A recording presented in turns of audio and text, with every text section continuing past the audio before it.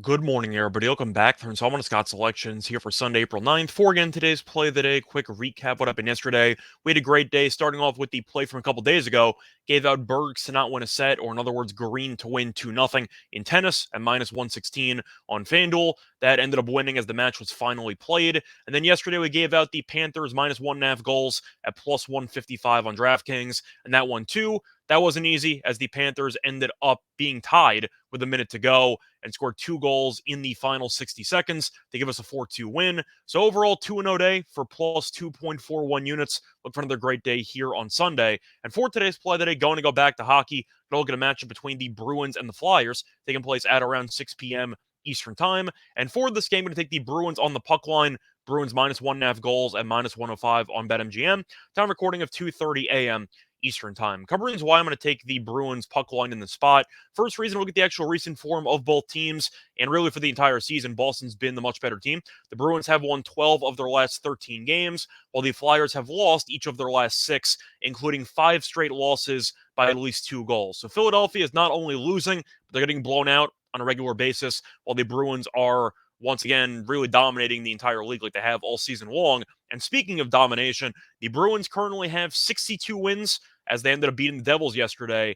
And as a result, that's a pretty important number because the Bruins are currently tied for the most wins in a single season in NHL history, which means a win in this game would set an NHL record. And they're also a couple points behind for the most points ever in a single season. So despite clinching the President's Trophy and basically every single accolade you can in the regular season, the Bruins are still fighting for history. And as a result, they have still been using most of the main guys and they have still been winning on a regular basis. So I do think Boston should be motivated to get the records out of the way and then potentially resting some guys right before the playoffs. But either way, to go through the numbers, statistically speaking, for both teams, Boston obviously much better in both offense and defense. The Bruins rank second in goals per game. The Flyers rank 29th, and the Bruins are allowing the fewest goals per game in the league, while the Flyers are allowing the 10th most. So obviously, Boston, much better offense, much better defense, and based on the Flyers' recent form, they're basically tanking. No way around it. They've lost 6 straight once again, and they've gotten buried on a regular basis, including losing by 4 goals yesterday to the Islanders.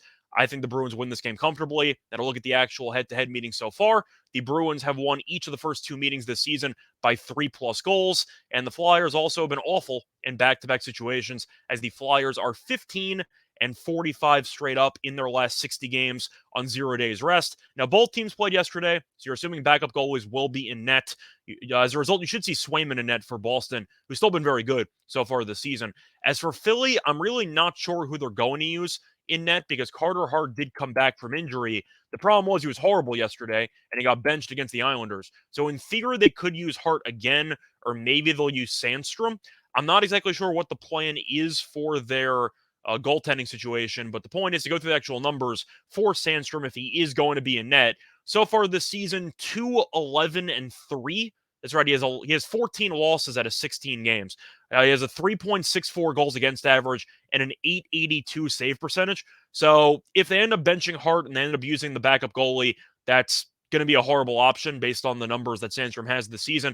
And Swayman's numbers, he's 22-6-4 with a 2.20 goals against average and a 921 save percentage. So Boston has the much better goalie, the much better offense, much better defense. And once again, they're going for the all-time single season wins record. And Philadelphia is actually incentivized to lose to try to increase their probability of getting a high draft pick or potentially the number 1 pick in the draft. So as a result, I'm going to go with the Bruins here on the road to get the job done in comfortable fashions. Play that once again here for Sunday, April 9th is going to be on the Bruins minus 1.5 goals at minus 105 on BetMGM. Bye, everyone.